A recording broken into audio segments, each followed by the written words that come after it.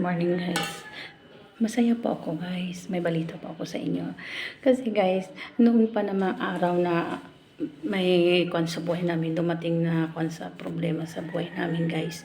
Hindi ko po siya inisip, hindi ako nag-isip ng positive guys. Kaya ano, yung atake ang asawa ko guys, o na high blood siya. 3 attack. Lumalaban pa rin ako guys. Ayan. Tapos may nababanggit siya sa akin sa mag-abad na yun guys. Pero ako guys, continue pa rin. Ang ginagawa ko na trabaho ako ng 6 days guys, 7.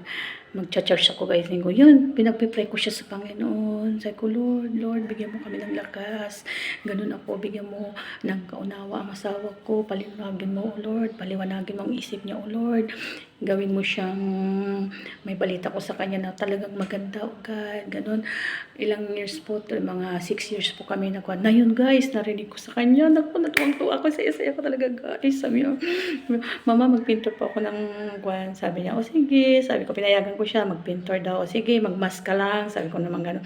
Ano bang pinturan mo? Mura lang, bigay ma, 10,000. Sabi niya, okay lang yun. Basta meron. Sabi ko gano'n.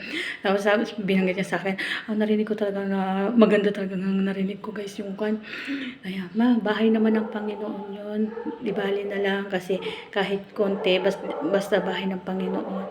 Yun, ibibigay ko po, isi-serve ko po sa kanya. Sabi, naiyak ako guys.